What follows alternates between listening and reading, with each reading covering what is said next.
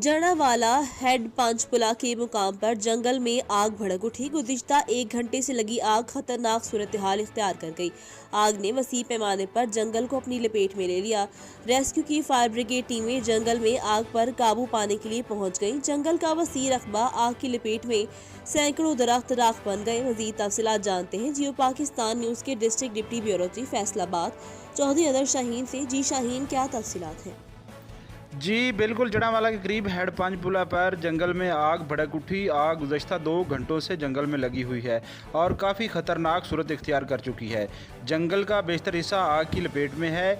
जंगल का वसी रकबा आग ने अपनी लपेट में ले रखा है। हज़ारों दरख्त जलकर राख बन गए हैं, जबकि रेस्क्यू और आग बुझाने वाली टीमें आग को काबू पाने में मसरूफ़ हैं। जी।